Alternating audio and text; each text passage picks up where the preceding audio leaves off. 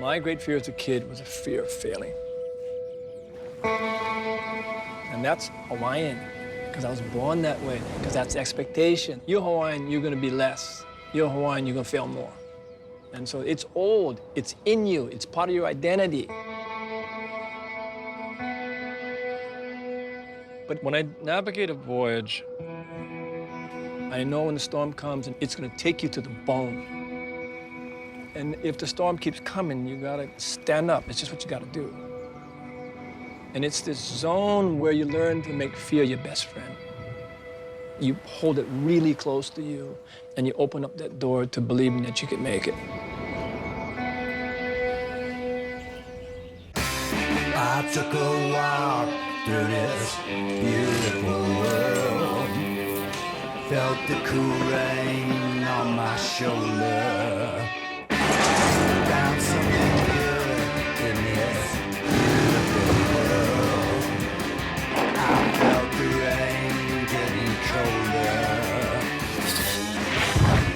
Sha-la-la-la-la, sha-la-la-la-la, sha-la-la-la-la,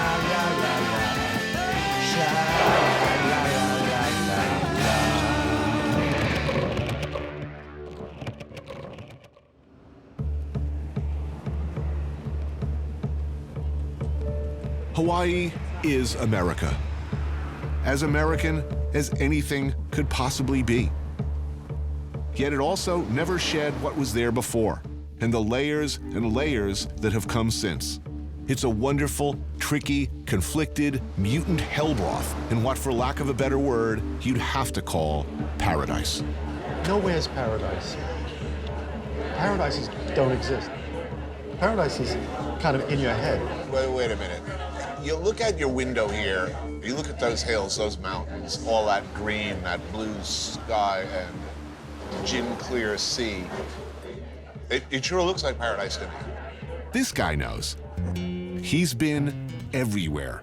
He's Paul Theroux, novelist, essayist, and legendary traveler and travel writer. Of all the places he's been, all the places he's seen, he chose Hawaii to live. And he's lived here for 25 years. Does it matter that it's America? No, that's the big thing, that it is America. It has elements of the third world, the nicest elements of the third world, which is funky. There's self-respect, there's pride, there's things that don't work at all. And then it's Main Street USA, where we are now. I mean, there's PTA meetings here. They get together and watch the Super Bowl. And it's the most Main Street USA, or as much as you will find. Town is a neighborhood spot in Honolulu's Kaimuke district. And as Hawaii is the only state in the union that allows dayboat fishermen to sell directly to restaurants, the pan-roasted mahi-mahi is pretty damn good. It's not a particularly welcoming or friendly part of the world, contrary to the sort of the Aloha myth. No, that's right, that's right. But no island is. Nantucket isn't. The Isle of Wight isn't. Name an island. They want foreigners in Corsica. Sicily, they want foreigners there. No way, no way. Did anyone ever come to an island with a good intention? People. No, never in the history of the world. Best case scenario, bring syphilis. Yeah. Pretty much. Yeah. Yeah. I mean, at the very least. Captain Cook put his sailors ashore in Ni'ihau, which is just a little bit northwest of here. He was the first haole. And like Magellan, Hawaii killed its first tourist, and the Philippines killed their first tourist. But people who live on islands, who are born on islands, view anyone who comes ashore with suspicion.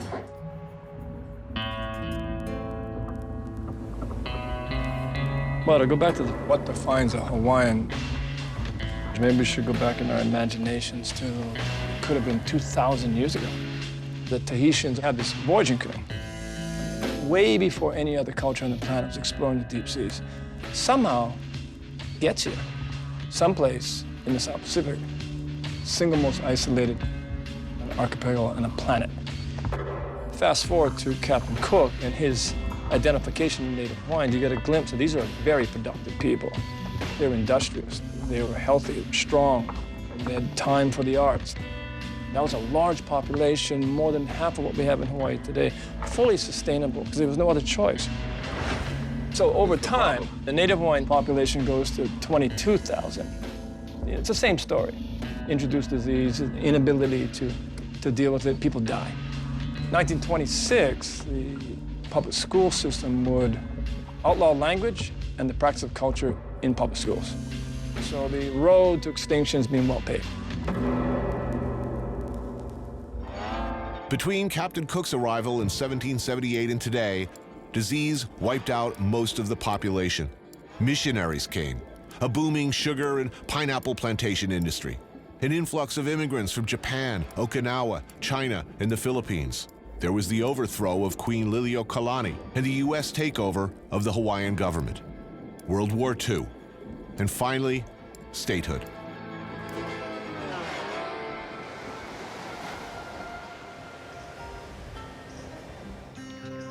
The geographical realities of being thousands of miles from, well, anywhere else has given Hawaii, to some degree, protection from the forces that eradicated so many other South Pacific cultures entirely. In fact, they've arguably been holding back the inevitable creep better than just about anyone. What Hawaii looks like today depends on which island you're standing on, and to some extent, the reputation of the locals. The Hawaiian Islands are not a monolith. Islands, that's plural, and we are talking 8 very different islands with very different identities. It's been over a century since the waves of immigrants began, and things got all mixed up in the best possible way. There's layers, and a simple question like, who is Hawaiian, gets you all kinds of answers. The neighborhood of Kalihi is a far cry from the Hawaii that most people know. And Ethel's has been a go-to of a very specific kind for the last 40 years. It's a blue-collar town, you know. They all come here, breakfast, lunch, every day. I'm joined by 2 local chefs, Mark Noguchi of Mission, known by some as the Gooch. He's second-generation Japanese. And Andrew Lay of The Pig and the Lady. He's first-generation Vietnamese-American, or would that be Vietnamese-Hawaiian? As you'll see, it gets complicated. I actually cooked on the East Coast for 3 years, and people would always be like, "Oh, you're from Hawaii, you're Hawaiian." And I was like, no, I'm a second-generation Japanese. No, but you're from Hawaii, and it makes you Hawaiian. And it was like, no. And then what I realized is like, here in Hawaii, we identify ourselves ethnically versus geographically. Like, there's no way that he and I would call ourselves Hawaiian. We'd get our ass kicked by a Hawaiian. How many generations does it take? I mean, who qualifies as Hawaiian in your view? To me, a Hawaiian is a kanaka maoli, is a native of the land. It's in your blood, your koko. You come from a lineage of Native Hawaiian people. Well, what's your feeling here? I do feel like I'm Hawaiian in a sense, you know? That's like my place. But culturally, it's a different story. Well, let me ask you this. You say you're not Hawaiian. No. What's your feeling about Spam? I love So you're Hawaiian? I'm from Hawaii. I'm born and raised, gonna die 808. The owners of Ethel's are a sort of typical Hawaiian mix. Okinawan Ryoko Ishii, aka Mom, mainland Japanese husband Yoichi, daughter Minaka, who I guess would be Japanese, Okinawan, American / Hawaiian, and son-in-law Robert, who is of course Mexican. It's the pig feet. Oh, nice. That's pretty. Oh, wow, look at that. That's the tripe. That's the tripe. That's the tripe. That looks good. Spam and bitter melon. Now we are talking. That's awesome. I just call it local food, you know? Right. But local food just like covers like a wide net. When I look at this table, again, I just see Hawaii. You know, you got Portuguese, Japanese, you got Okinawan, World War II, I don't know, some type of Korean, Japanese, Hawaiian, love child, Right. awesomeness. The food is some bone-deep Hawaiian stuff, my friends, which is to say a delicious mashup of, well, look, take taco rice. It's a dish created in Okinawa to approximate Tex-Mex for homesick American GIs that was then appropriated in a post-ironic way by younger generations of Okinawans and Japanese and has now found its way back to Hawaii. Got that? Going right in there. Wow. Identifying and seeing my best friends were native Hawaiian, helped me to realize the pride of being from Hawaii, understanding the Hawaiian culture, living it, but also being very proud of being Japanese. There's still a movement to a sovereign. There's a very strong, sovereignty movement. So if fighting broke out in the streets, which side are you on? I'm getting tear gas. You're getting tear gas. You don't even have to think about that. But you know what's funny? What I always joke about is like, if like Nation of Hawaii took it back, right, and ousted Uncle Sam, my whole thing, and it was like, no, Hawaii is for Native Hawaiians only now. I'm like, hey, everybody needs a cook. Like, I'm a cook. I have worth. This is Nainoa Thompson. And in 1976, along with a number of similarly heroic Hawaiians, he did a very difficult, very important thing. Before 1972, it was generally assumed, even insisted upon, that Hawaii had been settled originally by some random savages who'd maybe drifted over accidentally from South America. It certainly couldn't have been ancient Polynesians. They couldn't possibly have been the kind of sophisticated navigators who could guide a sailboat willfully across the Pacific, across thousands of miles of open water. Nobody could see the canoe here. Too beaten, knocked out of you, no dreams, no hope, can't see. The Polynesian Voyaging Society, with the help of crew members like Nainoa Thompson, set out to prove that that was exactly what did happen. There were those in the community that loved this canoe, prayed for it, and there was those that feared this canoe because they sensed change. You have a 62-foot, 12-ton voyaging canoe. I mean, it was powerful. It changed everything. The Hokulea, a double-hulled sailing canoe, a replica of the kind of craft believed to have been used in those times, and using only primitive, contemporaneous navigational tools, sailed 5,500 miles to Tahiti and back. A trip that helped spark a Hawaiian Renaissance, a rebirth of pride and interest in traditional Hawaiian culture and identity. The success was monumental. It changed worldview. That our ancestors were powerful, they were extraordinarily intelligent, they were courageous, and they were skilled. And so we come from them. Thompson is a legendary waterman, and he's continued to sail on Hokulea's missions. Native Hawaiian, his roots in this valley go back 200 years. My grandfather was born here. So I grew up milking cows with my grandfather.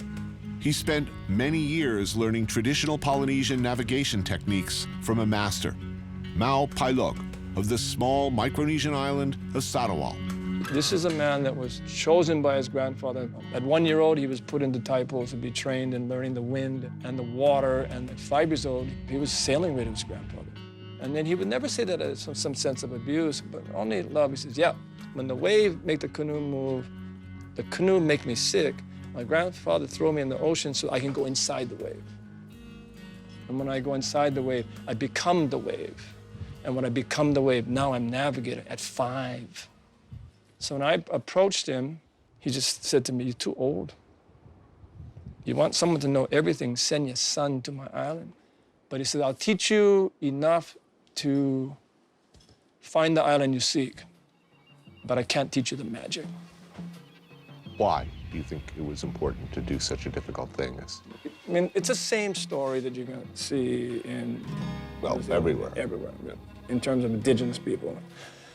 My father's mother, nearly pure Hawaiian, chooses not to teach her children language or culture or genealogy. Where do you come from? Who's your family? What's your link? And that could have been 100 generations. What the voyage did was a reconnection back to feeling wholesome about who you are, because knowing where you come from and who are your ancestors. So Hokulea, when it got to Tahiti, it was their canoe. This wasn't our canoe, it was theirs. Right. And so that it started to ignite this flame, again, symbolic, a bumper sticker, a T-shirt starts to emerge. I'm proud to be Hawaiian. 1987, it becomes the first language. It's mandatory in the schools. Hawaiian culture has to be taught in public schools. Private schools will not have attendance if you don't teach Hawaiian. Right. Now, it's Hawaiian identity is into everything. It has to be recognized in everything. You're gonna go to Molokai. Yeah. That community is powerful. When I mentioned to people, locals in Oahu, in Maui, other Hawaiian residents, that I was going to Molokai, the response was almost always surprise. Molokai did not have a reputation for being welcoming, that it was dangerous to go over there, that those Molokai dudes were mean, inward-looking, unfriendly, tough as iron, and quick to get pissed off. As it turned out, that was not my experience. So we like to brag about what we don't have. We don't have traffic lights. We don't have a building over 3 stories.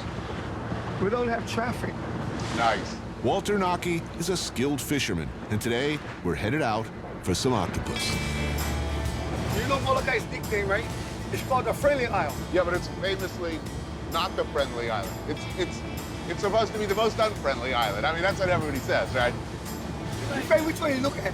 Traditionally, we're very, very friendly. Now, unfriendly is when you're going to try to come and fix it, Right.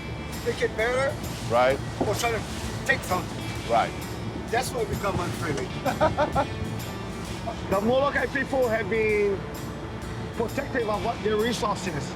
So we have a lot of our natural resources still intact. Still. Yes, but then there's always other people that want to come. Unsurprisingly, fishing rights is an issue around here. Don't come over here sport fishing the wrong place if you know what's good for you. So Tony, this is basically where we're going to dive, this area. Nice sandy spot. Okay, ready? Go ahead, let go. Okay, we are here, man.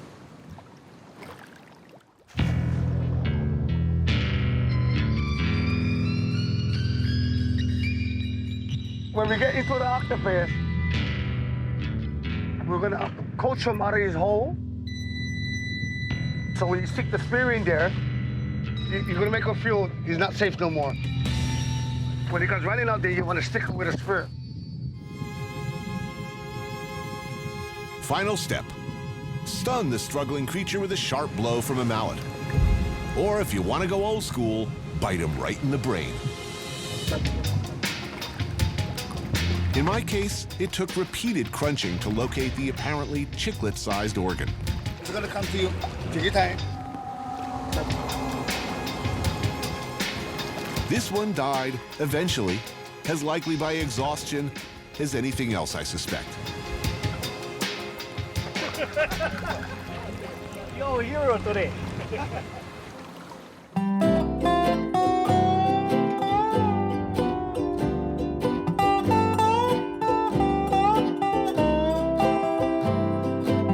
While the sailing canoe, the hokulea, was a powerful spark for the Hawaiian Renaissance, this was what really set things off. Beginning in 1941 and continuing into the 70s and beyond, the U.S. Navy had been using the beautiful neighboring island of Kaho'olawe as a bombing range. You could feel the shock waves as far away as Maui and Molokai. I'm proud of my Hawaiian blood, and nobody can tell me any different. People had never been happy about it, but emboldened by the times and by recent events, a group of young activists decided to take a stand. In 1976, there were a number of attempted occupations of the island in protest of the bombing.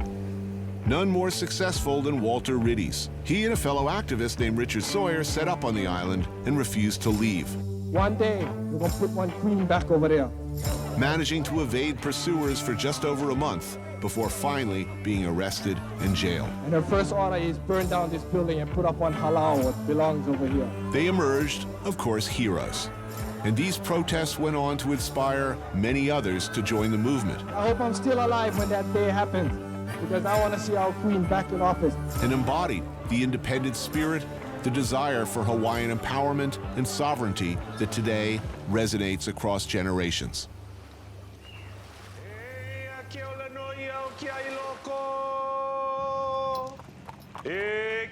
Welcome to what is supposedly the most unwelcoming place in Hawaii.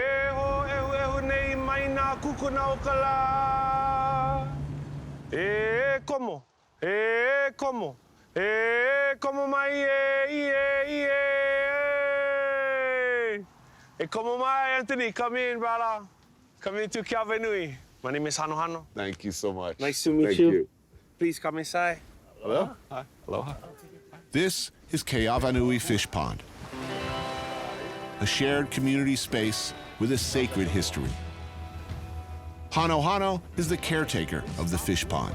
He's a local community leader here on Molokai.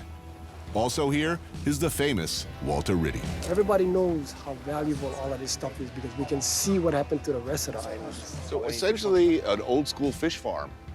800 years old. 800 years old. Modernizing one old idea. And an ancient idea is as simple as feeding your community. And this, the island you're on, this place could feed over 1 million people back in the day.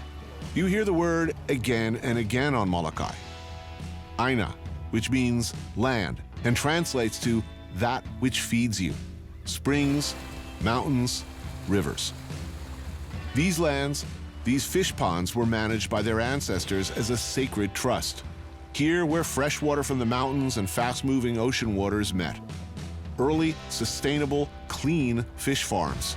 Something in modern times we're still struggling to figure out. Because you heard what people think about us.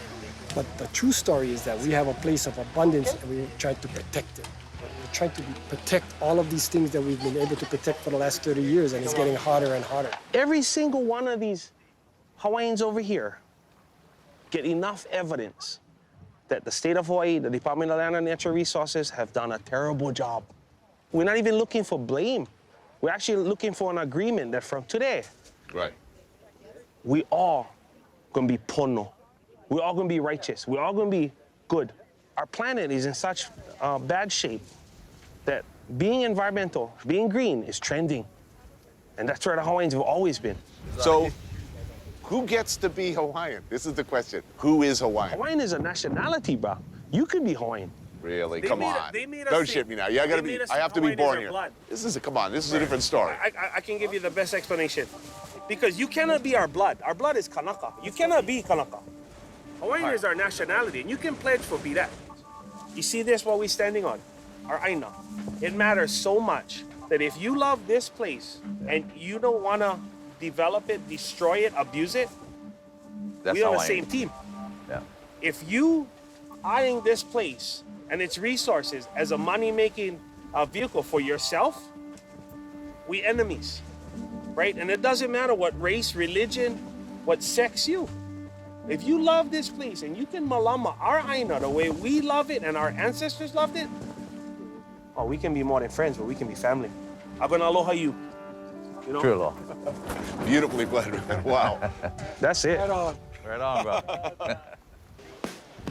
It's a pretty impressive spread of food for such a supposedly surly group. Slow-roasted pig, grilled calafish, mullet cooked lavalu style. And of course, octopus, known as squid luau. Fresh poi, you gotta have it fresh, believe me, makes all the difference in the world.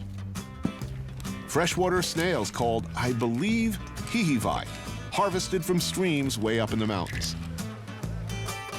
It's the bounty. The bounty. The bounty of our ocean and our mountain. It's a squid, octopus, the one you Oh, talk that's to. octopus. Oh. Hey, well, You bit its eye. Right there, right there. I recognize you. Wahine ilike I ka poli o Molokai no ka heke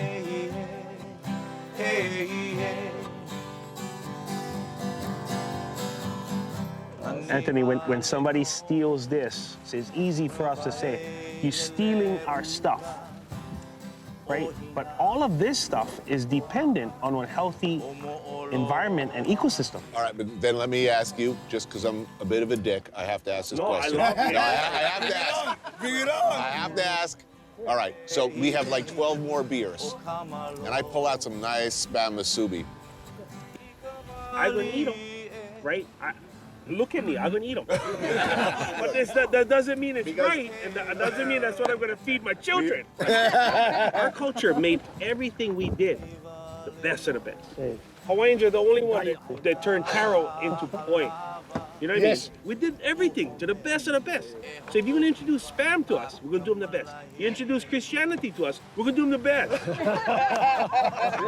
Whatever you introduce to us, Our Christianity is better than yours. I love it. So you've really disappointed me. You in no way lived up to your reputation as mean, unwelcoming, inward-looking, hostile. Come on, admit it. It's a calculated strategy. It is.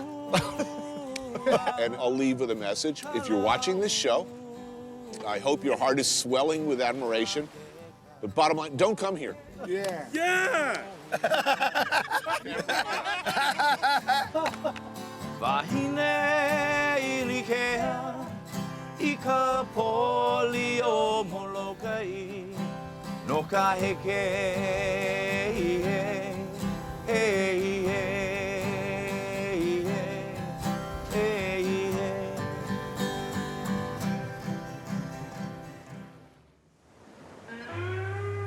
The ocean is all around for thousands of miles. A humbling feeling, knowing at all times that the ground upon which you live and walk and breathe is but a tiny speck in the middle of all this.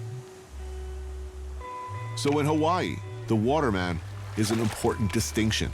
It expresses the shared consensus that you were able to handle yourself in the ocean, no matter what it throws at you. It implies that you were capable of almost mythical things, the ability to live in the water, handle its many moods, above or below the surface.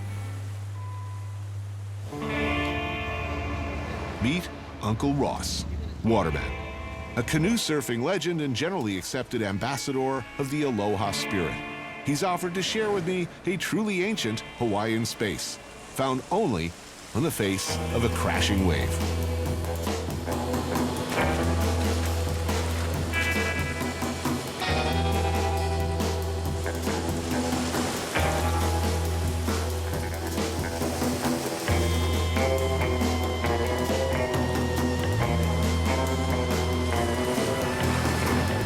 Surfing, a life connected to the ocean, and spending time with family and friends on the beach are some of the cornerstones of Hawaiian life. Oh, this is our chef. This is Jason. How are you, man? And Tony, that's Keola. Hey, how are you? All right. You good? Yes, sir. Kalani. How do you do? How are you? Kiave. What's going on? Hi. Megan. Hello. Those are my two daughters. And this is my wife, Alicia. Why, hello. Hi. Brendan, come say hi. Hey, Brendan. How are you? And Milton. This is Milton. Milton, good to meet you. So how does everybody know each other here? We live on an island. Everybody knows everybody. Okay, that's true. Why did I even ask? It's just the way you roll. I think I met Uncle Ross through the water. I mean, just surfing at Laniopoko, and then we became like family. daughter. Yeah, he's like my dad, my ohana. Each and every weekend, Uncle Ross can be found here with his ohana, a Hawaiian word that describes an extended circle of family and close friends. Man, nice that we got lucky today. It's a beautiful day. Beautiful day. Yeah. Even when it's storming, it's nice on the beach. Yeah. Yeah. And we'll stay here until that thing goes down, hits the horizon. When that sun hits the horizon, that's time to go home. Maui is an island as beautiful as it gets. And sure, it's got its share of portion-controlled cruise line entertainments, doled out in digestible bites and complimentary Mai Tais. But you'll also find a sort of beloved indigenous institution like Tasty Crust, as local a place as you're likely to find. Daniel Ikika Ito will explain. This is a menu situation, or I can order for you if you trust me. I think we're gonna hook you up with the local flavor, so. Okay, I trust you. Raised on the Big Island, he's a journalist, the first native Hawaiian editor of a major surf publication and founder of the local Contrast magazine. Local culture is very much so trying to point a finger at anybody coming in and go, hey, you're a haole, you don't belong. And therein kind of lies a little conflict you have being a modern day Hawaiian. And I still think that's something that we forget about these days is how educated and how accepting our kupuna, our ancestors were. It was always built on inclusivity, aloha. Aloha is giving without expecting anything in return. You got this Hawaiian culture that was a product of the Polynesians that populated the islands. Then you got this local culture that's a product of the plantation lifestyle. So the Japanese, the Chinese, the Koreans, the Filipinos, the Portuguese. If indeed all history can be explained by what's on your plate, this is a prime example. Behold, bitches, the plate lunch. The most identifiable and essential feature of the plate lunch is this: a big scoop or two of white rice and potato mac salad. There is nothing more Hawaiian. Served alongside a protein like chicken katsu, or this hamburger steak, a burger-like patty drowned in dark, sinister, sticky, shiny gravy. Or furikake ahi, seared ahi with nori and sesame seed. Oh my gosh, that looks beautiful. Oh yeah, that's gonna work. Oh. All right, let's sit this right on top of the rice. Yep. You want to get some mac salad too on there too. Gotta get that sinister gravy on. Oh, dude, look what we're eating. Yeah. Okay, they may not be Hawaiian, but they are now. They're fundamentally local. I mean, this food, this both delicious, let's be honest, delicious. This is not healthy eating. And we're kind of paying the price for it right now in the health of the state, which is terrible. As I take a bite of hamburger and brown but it's, like I said, it's just so good. If you really want to do Hawaii right, you got to give back. And that's a power that Hawaii and the Aina still has, is if you show aloha and you give without asking, the Aina is going to recognize it and it's going to shower its blessings upon you. So, you think traditional Hawaiian culture and lifestyle has a chance against the modern world? I think so. The beautiful part about my ancestors is they realized there was a limited number of resources where they lived, so they observed nature to the best possible they could to figure out what were the cycles and how do we preserve this resource. Hawaiian culture can teach the whole world something that it needs to know is we all live on an island and we are all part of the same community. Let's all show aloha to the Aina and let's show aloha to everybody else as well.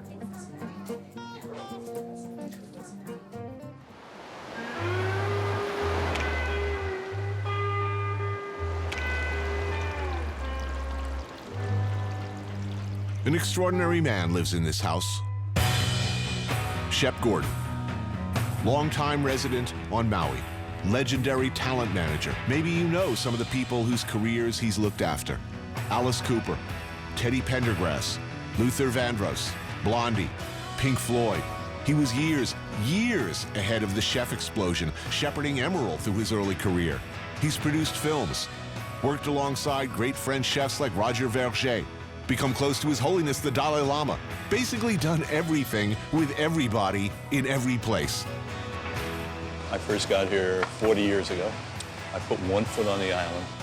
I knew I was living here the rest of my life. You ever look out there and it's wallpaper? Never, ever. I say it out loud every day. My first words in the morning are, thank you, thank you, thank you, thank you, thank you, every day. Shep is famously one of the most generous and enthusiastic of hosts, a more stand-up, loyal guy you could barely imagine, and it's no wonder they called the documentary based on his life Supermensch. That's how he's known around the world. Here, he's known as that guy who throws great parties. Prep starts early. With Shep's friend Julio, a Maui born and bred rancher, with help from local chef Sheldon Simeon. Middle of the night, and a traditional imu is dug, filled with lava rocks. The fire allowed to burn down to coals before the pig, wrapped in a combination of banana leaves and tea leaves, is dropped in. Okay, you guys ready for the unveiling? Here we go. All right. 12 hours later, you dig them up and, well, it's party time. So what you've been saying is you've been drinking steadily since 5 o'clock this morning. It didn't come out of my mouth. Okay. Behold the magnificence. Okay, take this side off. It's a very important part of your childhood. Dun, dun, dun, dun, dun. Wow, look at that. You just lift those bones out by hand. Yep. Right? Chef, you ready? Take the rock. Whoa, yes. dump them into a bucket? Awesome. Wow. Wow, that's pretty much the way I want to end up. Just be able to pour me right into a pot. There's lots to do, and everyone pitches in to help. It's an extended all-day affair of prepping, chopping, dicing, slicing, mixing. And of course, there's some sampling along the way, like this wild pig sausage that someone was nice enough to stop by with. Sheldon works up a potato mac salad. Not gonna do it? One more time. Okay, hit you one more time. Julio carves up some unicorn fish, which he caught himself earlier in the day. Chef Mark Tarbell stuffs a couple of fresh red snappers before throwing them in the oven. There's poi pounded fresh out back. And somewhere, pig's foot soup is happily bubbling away. Here, try this chili pepper water. Chili pepper water. Wait a minute, why do I want to do this? There's chili pepper water, used for dipping or taken as an auxiliary shot for regularity or boner medicine or whatever. Oh yeah, there's also Spam noodles. There is no party without Spam. By dinner time, the beer, wine, and festive beverages have been flowing for hours. Also, moods have been adjusted in a completely natural way, indigenous to the islands, of course. How about Julio and the pigs? Yes. Oh, man. I've cooked a lot of pigs. I ain't never seen one poured into a pot neatly. That's what I love. This is what we do in the islands. That's what it's all about. And always bring the ohana, bring the family, bring the kids. You know, you rarely ever see a party where there aren't kids. Ohana means Family. Extended family. Extended family. Yeah, like you're now ohana to everybody here. Yeah. Ohana means if you're gonna be a family, we can borrow money from you. And as happens, I've come to find out, things end up in the most natural, just kind of happens way. Song and some dancing.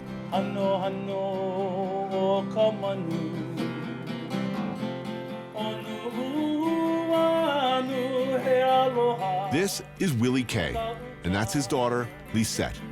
And it's pretty damn captivating.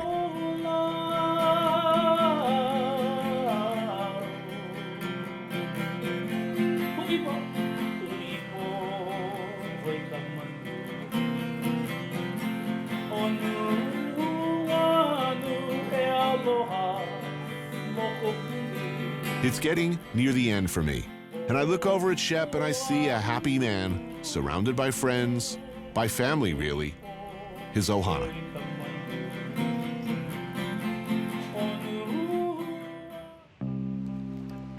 To be Hawaiian, to me, it needs to be some kind of sense of connection to place and some sense of responsibility for it.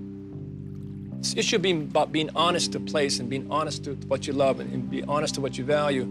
Is a road that's constantly trying to be more and more informed. I don't even know sometimes how to be fully honest because I don't know enough.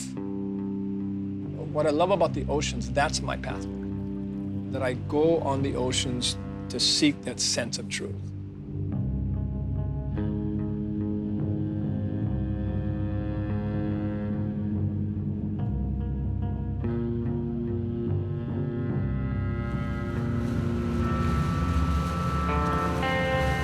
They said I could see whales, like close up. And I had reasons for optimism. All week I'd been staring out to sea, watching humpback whales leaping out of the ocean, spouting and frolicking. So are things compared to other parts of the world, our conservation efforts as far as marine mammals in general, but whales in particular, going well? Is this so? That's the one thing on the planet that is. They're talking about taking humpbacks off the endangered species list, but it's good to hear that they've recovered, but then it may make it easy to add to the whaling list again. It's mating season in Hawaii for the nearly 10,000 humpback whales that migrate down from southeast Alaska each year. Dr. Joe Mobley of the University of Hawaii has dedicated his career to studying these whales. Yeah, I guess the song is supposed to be like the most complex display in the animal kingdom. When you're close to a singer, you can actually feel it through your whole body.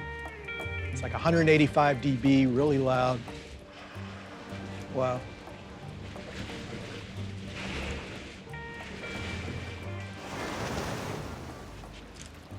They don't mind us at all, do they?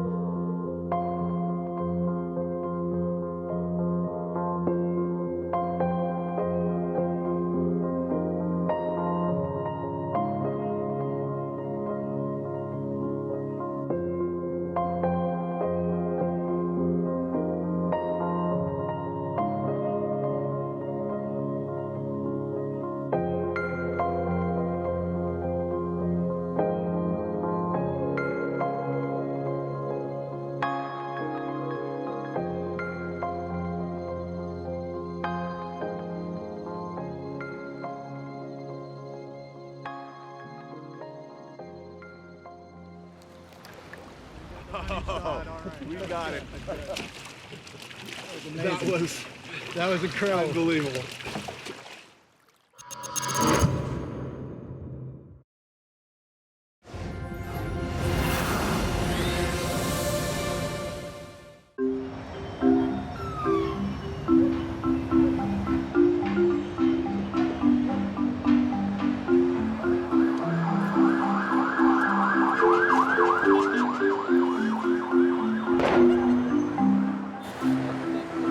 There's no place else even remotely like it. Everything great and all the world's ills, all in one glorious, messed up, magical, maddening, magnificent city.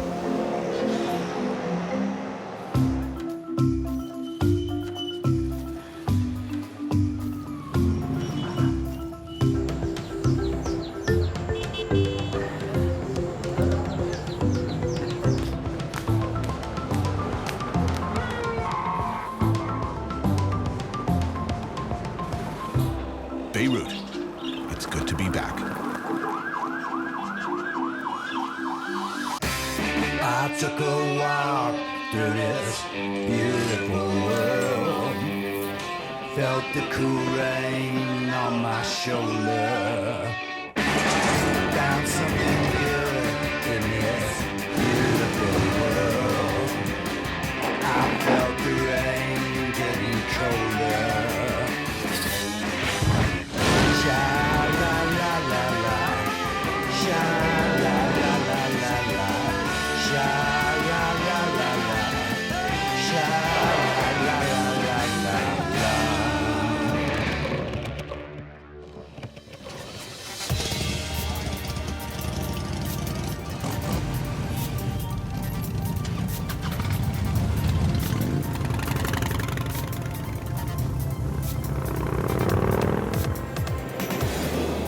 The Mediterranean Sea itself trembles.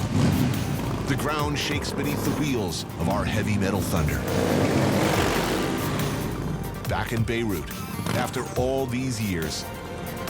The first time I was here did not end well, but it made no difference to me. I love it here. In spite of everything, I love it here.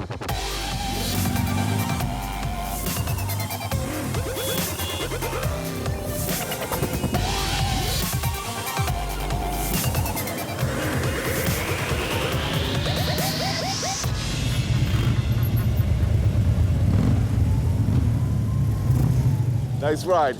Woo! It's a good way to see Beirut. This is very similar to that place we went to years ago, Baba. This is Rizik. This is your, traditional chicken sandwich, shawarma. Deep fried, roasted. The broasted chicken was this guy's idea. My British Lebanese friend, born to be wild, Ramsey Short, who I met back in those bad old days of 2006. Apparently, he's in with the Lebanese chapter of the Harley-Davidson Group, or HOG for short. So when you roll into some religiously conservative village on these monster bikes and leather jackets, what's the reaction? Two types. Once we were greeted with rice from the balconies, like they thought we were like a wedding or something really nice. And the other extreme was stones, like at the wheels, like just get out of here. Really? Yeah. I wouldn't throw stones at people on Harleys. Oh, look at this. Let's dig in. And that'll work.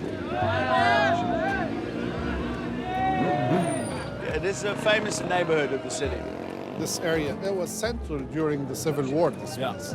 The sheer volume of fire that was poured into some of these buildings is absolutely unbelievable. So much fire and so many battles happened in the same place over and over again. Clearly. I notice this every time someone visiting the city, they just point at them. Oh, look at that. But, we don't see them anymore. We just pass by them.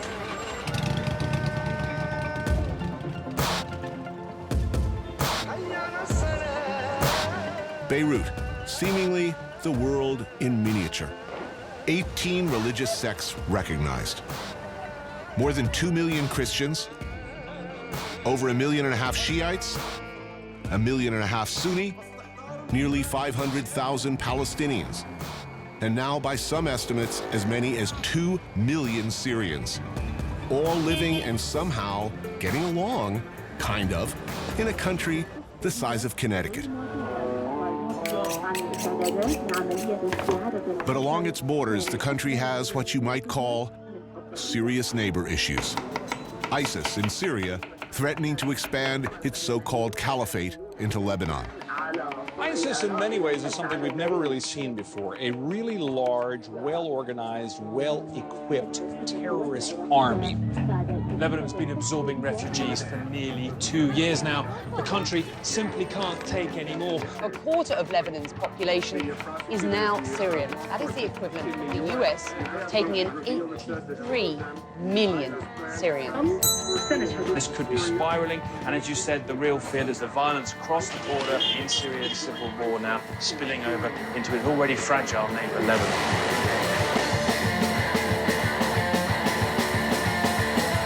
Beirut struggles to put a lid on the simmering sectarian tensions.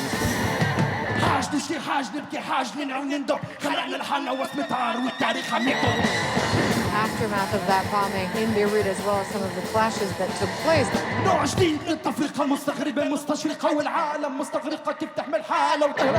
Exchanges of gunfire between Sunni and Shia. 2 Palestinian brothers were shot.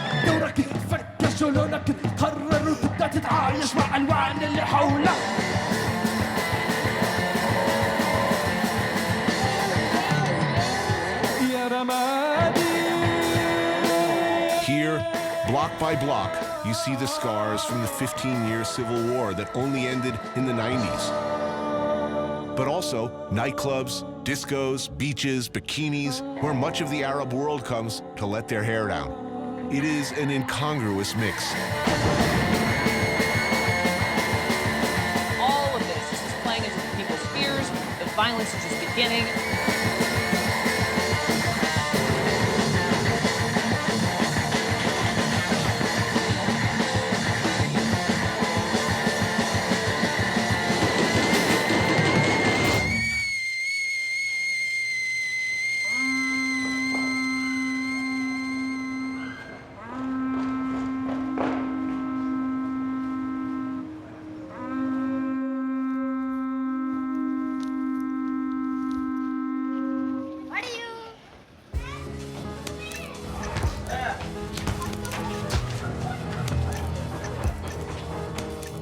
The Burj Al Barajneh neighborhood has long been the home to principally Palestinian refugees. But more recently, it's become a refuge for Syrians fleeing the barrel bombs of President Assad on one hand and the predations of ISIS on the other. The camps saw heavy fighting, shelling, and outright massacres during the religious conflict known as the Lebanese Civil War. Everywhere you see posters representing a full menu of political factions and affiliations, from Assad loyalists to the PLO to every flavor of extremist. It's either a jihad of victory or martyrism. Do you know of any other place in the region where all of these groups are coexisting within a confined space? It is stunning to be walking down the street with high-heeled short skirts and vast amounts of red wine flowing, and then drive straight into an extraordinarily conservative, predominantly Shia district, the Hezbollah district, which is effectively run by what the US calls a terrorist organization. It is kind of mind-blowing. I am not a geopolitical expert. And as much time as I've spent in this part of the world, I've spent nowhere near the amount of time this guy has. Nick Peyton Walsh, CNN senior international correspondent. Most of the groups here are now more terrified of those sort of crazy Islamist radicals across the border in Syria than they ever have been of each other. What would you call this neighborhood? What is it? I mean, it's now one of the kind of very mixed refugee areas that Beirut has. Close to 2 million people from Syria alone. Yeah. That's a hell of a lot to be absorbed by a tiny little nation of, what, 4.5 million? It's just loads of people, far too many people with nowhere to go. You see it in how the cell phones don't sometimes work the way they should, how people have to ship water into their own homes. That's part of bad infrastructure, but it's also just the sheer demand on resources.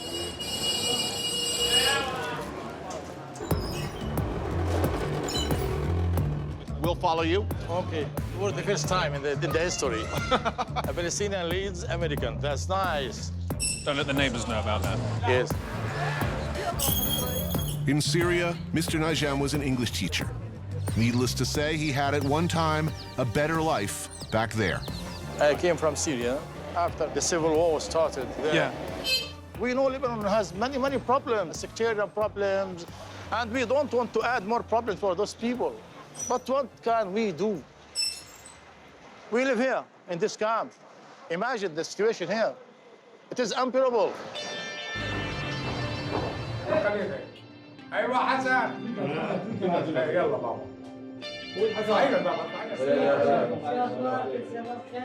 He is married, by the way, and he has 3 kids. Look, in spite of his bones, he works, in construction. His family bought this world in order to protect us from the rats. Yes. These children need medical operation, but this family can't pay for those operations because they are very expensive. They are waiting for Godot. They wait for nothing. They wait for the help of God. Straining under the weight of all these unasked-for guests, the Lebanese government has begun making it very difficult for them. He doesn't work only because he doesn't have an official residence.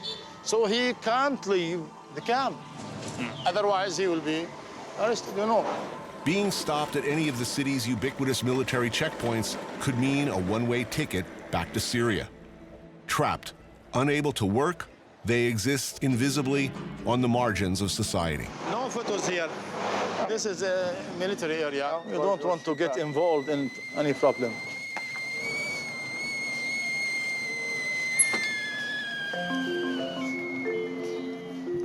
Syrian food? This is Syrian. It is called the 7 countries. It consists of many kinds of vegetables. 7 kinds of food. Palestinians in Syria, most of them are well-educated.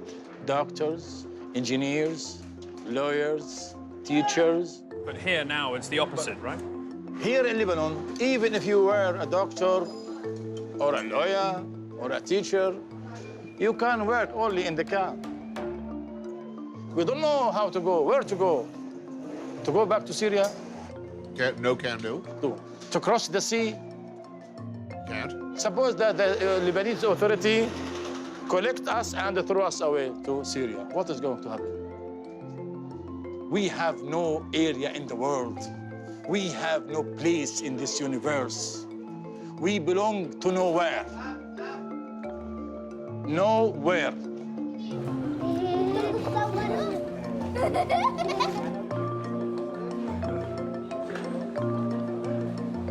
Välkomna till Libanon. Allah.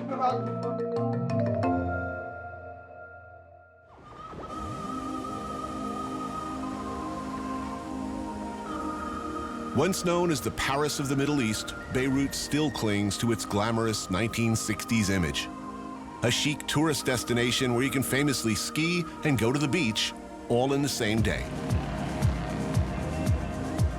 Walking the Corniche, it's easy to forget, for a moment anyway, what's going on not far from here.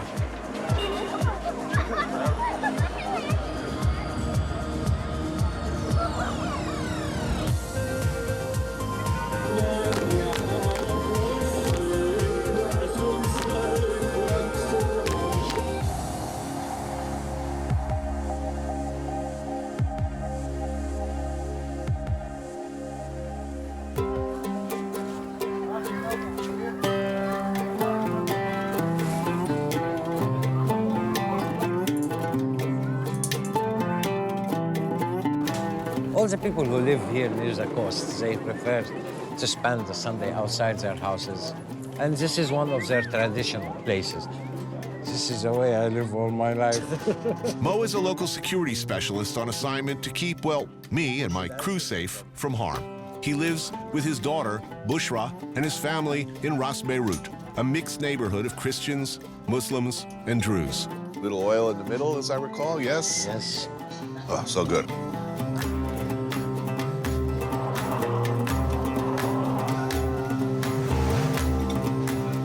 Very good fish. I miss this country. I really did. You have been here before? This is my third time. Whoa. My first time was 2006. Ooh. We came here, we had 2 perfect days, and then the war broke out. During my first trip here in 2006, Hezbollah guerrillas killed 3 Israeli soldiers and captured 2 others in a cross-border raid. In the 34-day war that followed, much of Beirut was heavily pounded by bombs and naval artillery. But I fell in love with this city.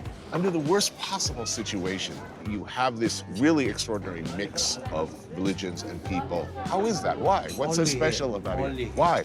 Of course, somebody on Friday go to pray, somebody on Sunday go to pray. But they go to the same restaurant, have the same food, have the same drink. They have the same tradition. There's no place better than Lebanon. You have everything. People are friendly, beautiful, fantastic. It is a democracy here. Of course. You have choice to sit down and talk. I like this, I don't like this. So what's it look like now? Yani, we look like we are 2 months before 2006. Oh, wow, that's not good. Tension is a little bit high, but the people, they are very happy. We are very happy. I go with my family outside. I mean, I was watching the news last night at the hotel. It is genuinely terrifying. This is Lebanon. It's raining today, tomorrow is sunny. It's happening all the time. We get used to it. You get used to it. Are you concerned or optimistic? No, I'm optimistic, yeah. Do your friends feel the same way? Not really, not all.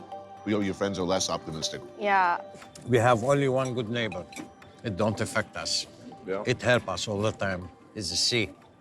We bring the fish and we have fish. And he never get upset from us. Inshallah. Inshallah.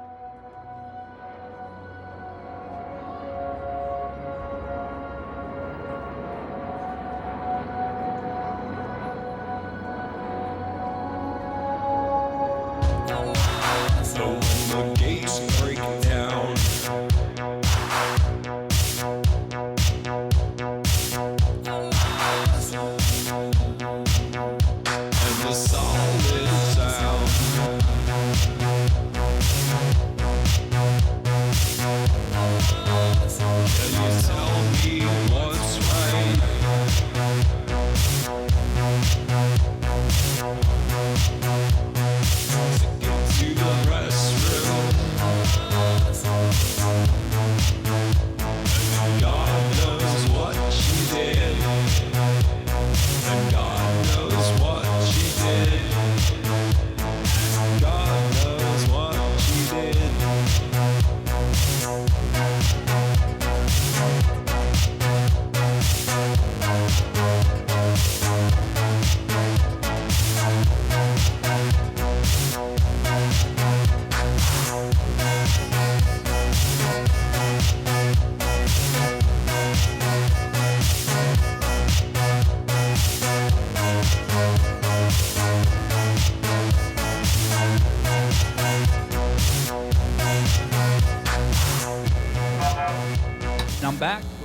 Yakasha. We are back in his house. Oh, you're here too? Yeah, this is Radio Beirut.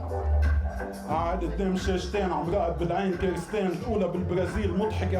that why, yes? Yes, I think it is. Ironic glasses, vintage clothing, and neck beards. It appears the Brooklyn strain has spread even to Beirut. Radio Beirut, live and direct. It is, with CNN and everything. CNN has become the most trusted name in news. Same way a broken clock is trusted to be right twice a day. CNN changed their slogan from, "This is CNN," to at least, "It's not Fox News." Yes, sir. How is it possible, this mix of religions, of cultures? You know, geographically, how it is. Beirut's so tiny. You got mountains, you got the sea.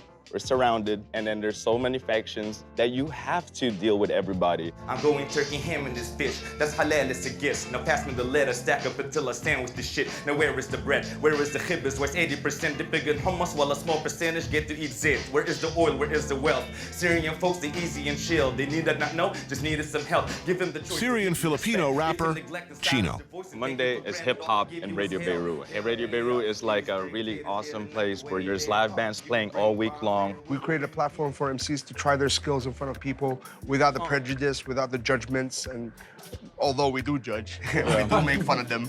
Green fields and dream fields like Copperfield, then I'm making magic like my name was Copperfield. Lebanese freestyle legend Hussein, aka Double A, the preacher man. You were arrested? Is this correct? Yeah. That's normal. That's not the first time it happened. For what? Basically, I was profiled. Like, if there's an explosion, oh, the big dude with the beard was bald. That's him. Right. It's him. He did it. We're 100% sure. These are beard-related issues. Yep. Yeah. Let's talk about hip-hop. That's the glue that binds us. What is it about hip-hop? I see it like this. I mean, a lot of people do mowels. In Arabic, it's called a mowel, in which it's a traditional rhyming scheme in which they speak about their problems, about their beefs. It's in our core to be we are poets. We come from like a background where you have governments that are dictators. We can't really voice anything. These politicians can't believe them because they're getting led on to the slaughter while this monster's trying to keep the lid on. Pressure makes it squeal, but it blows the lid off. And we're raw, we're raw, we're raw. We're trying to find our own identity.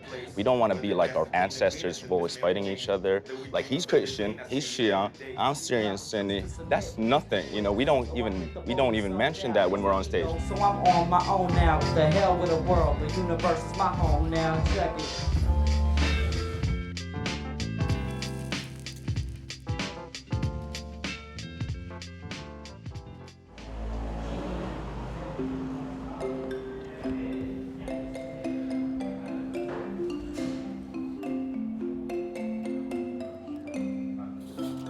Afternoon in Beirut, and the Hafez family, like many others across the city, prepares dinner.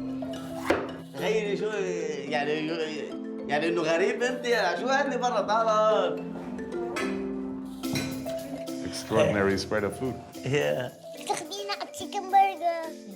All this food, you see, and my son, he's crying because he wants to go to Burger King. He wants some chicken burger from Burger King. Well, thank you so much for having me in your home. This is spicy potato.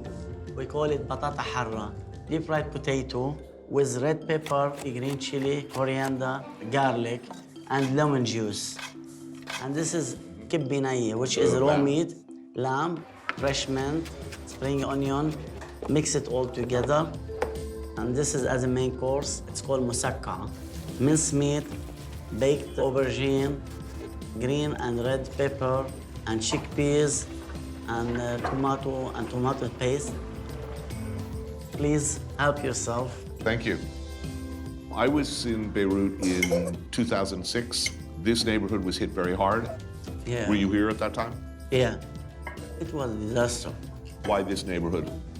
Because the people in this area, 99% they support Hezbollah.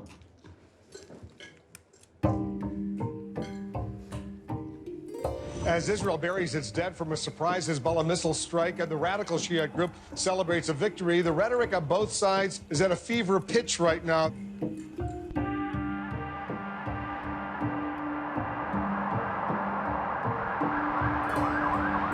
It is the deadliest Hezbollah attack against Israeli forces since the two sides went to war in 2006.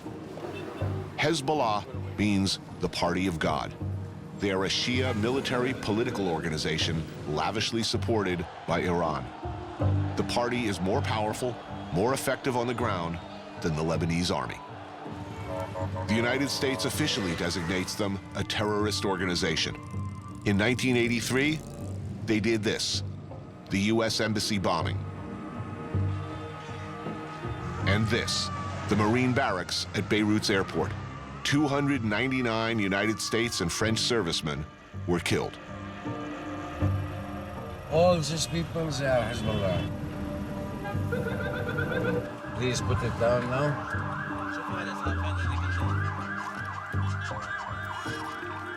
They are dangerous, they are well-funded, and whatever else they may be, they are not stupid.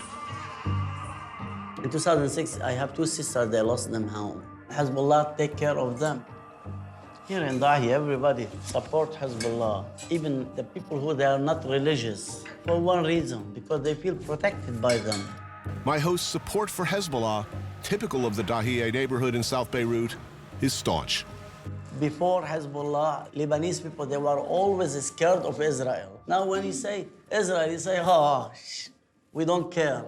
In the early days, Hezbollah used tactics that just about anyone would call terrorism.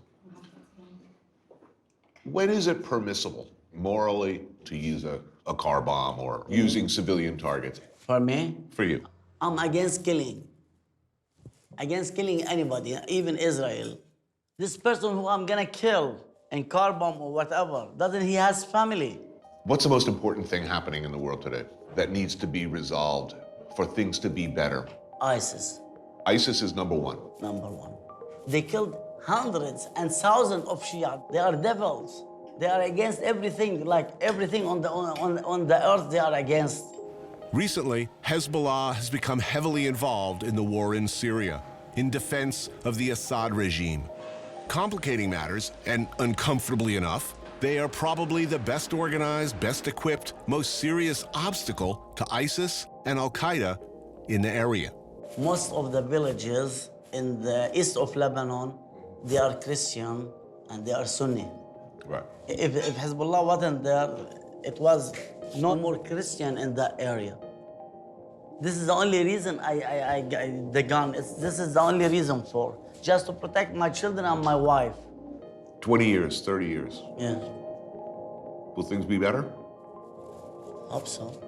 Hope not 20 years and 30 years. Hope now, next year, things goes better. I hate war.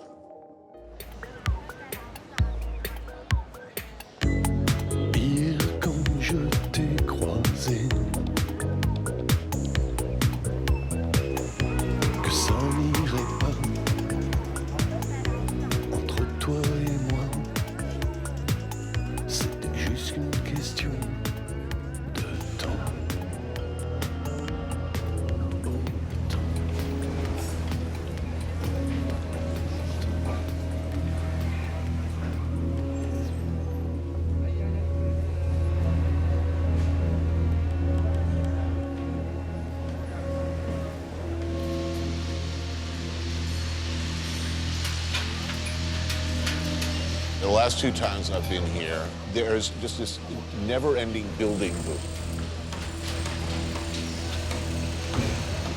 Nobody seems to be moving in, but the buildings are going up. Yeah. Who's buying these apartments? Who are they for? Two kinds of people.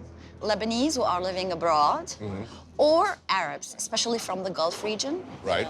For whom Beirut is a relatively liberal wonderland of permissiveness compared to Riyadh, for instance. Compared to Riyadh, yes. But unfortunately, we cannot generalize this and say that Beirut is a place where sexual expression is encouraged.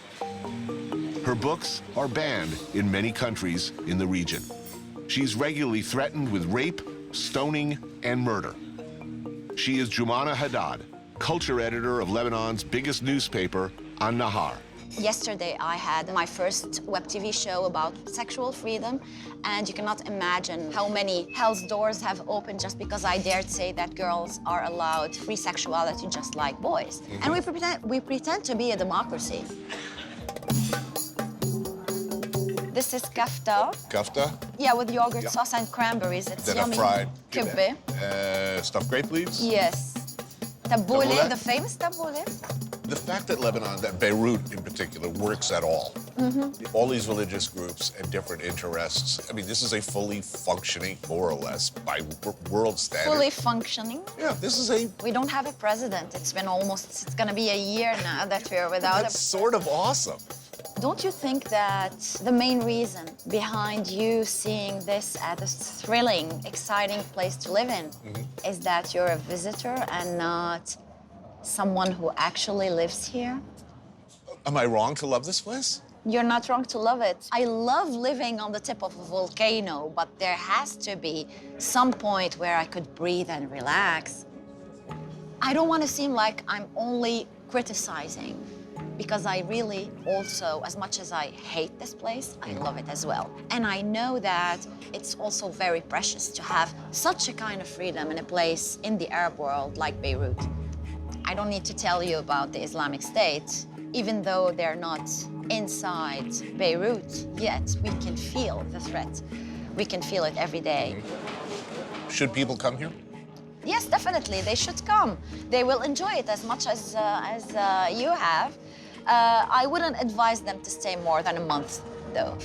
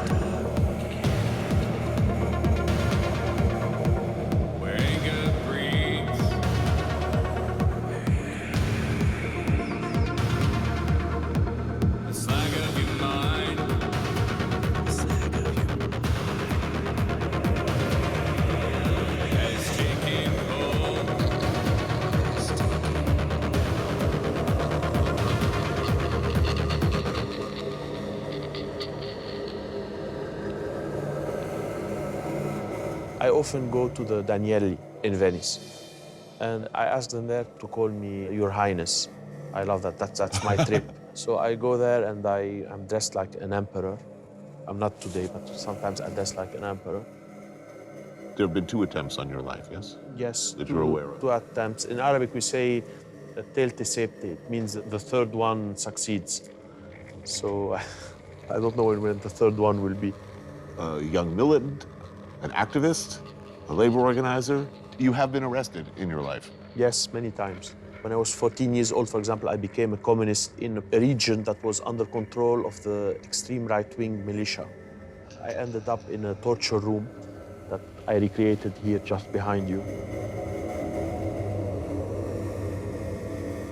Later, after joining and then leaving the Lebanese army, Michel Eleftheriadis formed the MUR, an armed revolutionary group. And yet here you are, your life now is music and culture. I think that I was made to be a musician, but when war happened in Lebanon, I took a gun. I understood that I cannot face someone who's attacking my house with a guitar. In 2003, by now a music producer, entrepreneur, politician, artist, author, and filmmaker, he founded the Beirut Music Hall, in a bullet-pocked theater empty since the Civil War. This is his kingdom. Some people come because it's trendy. They come with their sexy ladies. Some come because they like to discover new things. You have per night up to 15 acts, each act coming from a different culture. Who needs culture?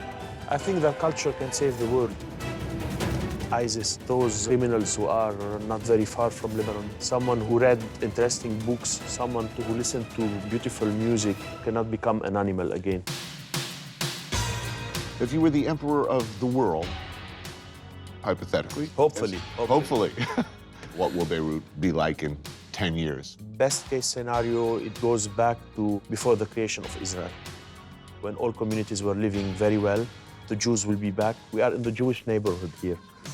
I think that we have to all to be united to fight this monster, ISIS. Once the monster is defeated, you can start arguing again about other things.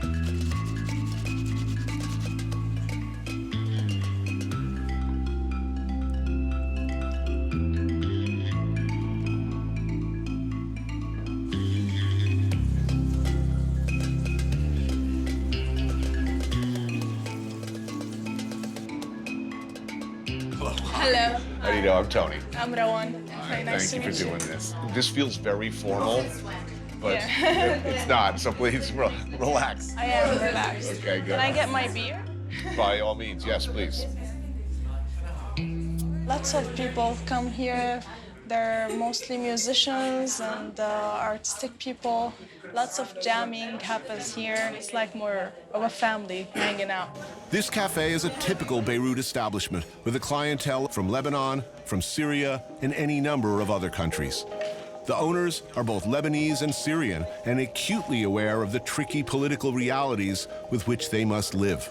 They were concerned about us filming here and wanted us to understand clearly that the cafe has no political affiliation and that the opinions of this young lady, Rawan, are not that of the cafe or necessarily even the clientele. You're born and bred Syria? I was born and brought up in Syria, in Damascus. One night, 3 a.m., the army entered our house and I found them in my bedroom looking for the Free Syrian Army. My dad knew he couldn't protect us because he was old. 3 hours later, we decided to leave. So we came to Beirut. Oh, thank you. We always eat here. Grape leaves is my favorite food. I saw you went for that first. Yeah. It's delicious. Yeah, it is. We come here a lot and we talk a lot about Syria. We talk about our visa issues most of the time. Actually, now I have 4 months left and I really have no idea what am I going to do. What do you think? Will they renew your visa? So far, I don't think so. Do they arrest you? Do they take you to the border and kick you over the other side? How does that? Send you back to Syria. What happens if you go back to Syria? Most probably die on the way, or to some people get arrested or be taken to the army. How different is Damascus from Beirut? Oh, it's really, really different. In Damascus, I was always afraid of the government. Some people died because they cursed the president. I left Syria and I found hope here and I screamed in the streets, cursing all politicians and everything. It's all right. Nobody's gonna come and arrest you. I really love this place with all my heart. Is all of the chaos and the violence worth it for change? Is that worth dying for? I mean, there was order when you grew up. There was order. Yes. No freedom, but order. Would you go back to that?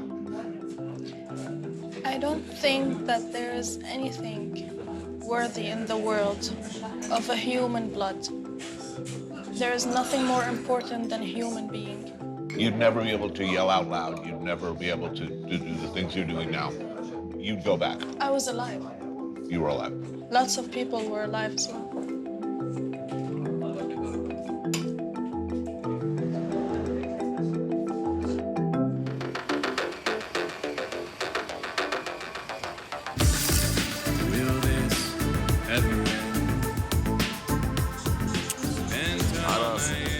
One day, after a shocking daylight bombing in Lebanon, we're seeing widespread anger and finger-pointing. This blast has set off a tide of civil unrest in Lebanon. Damage has been done. Blame keeps circling.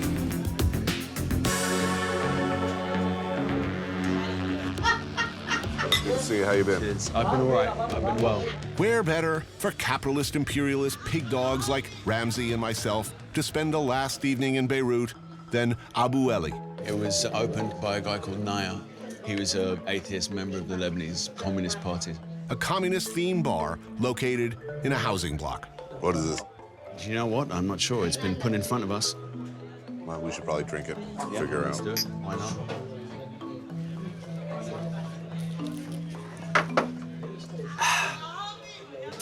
Vodka. Vodka.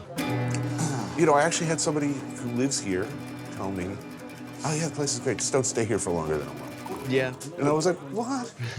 Oh, yeah, you're trying to kill us, man. And who is this man? He's trying to hurt us. Cheers. After more than a few indigenous beverages... Oh, arak? No, now we're talking. Cheers. Cheers. Enter Ernesto. How's it going? Hey, Tony. Yeah, I got something for you. Oh, yeah? It's a Cuban cigar. In the words of Vladimir Ilyich Lenin, let's get the party started. Or was that Rick James? Ernesto is the son of the owner of this bar. I know. This is my mom. She made some shanklish here. Oh.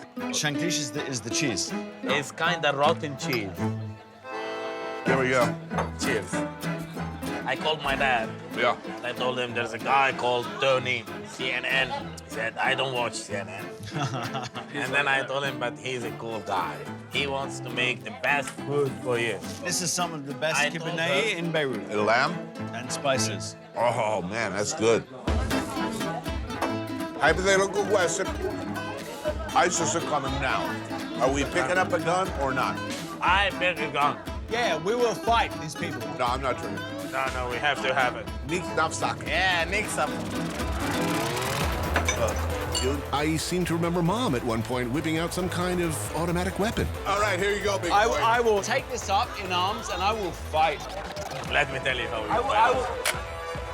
And then the mirror ball descended from the ceiling, Bootsy Collins came on over the sound system, and the rest is a fog. Let's first have a cheers. Oh, come on, give me a big hug. This is a country with the worst neighbor problems in the world. It's amazing that it persists. I've been around and I've seen places. This place, it works fine. I think so too. Cheers to Tony, man.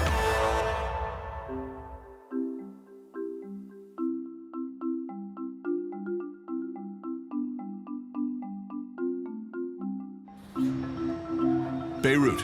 Everybody should come here. Everyone should see how complicated, how deeply troubled, and yet at the same time, beautiful and awesome the world can be. Everyone should experience, even as the clouds gather, what's at stake, what could be lost, what's still here, and never let that hope go. Beirut. There is no place like it.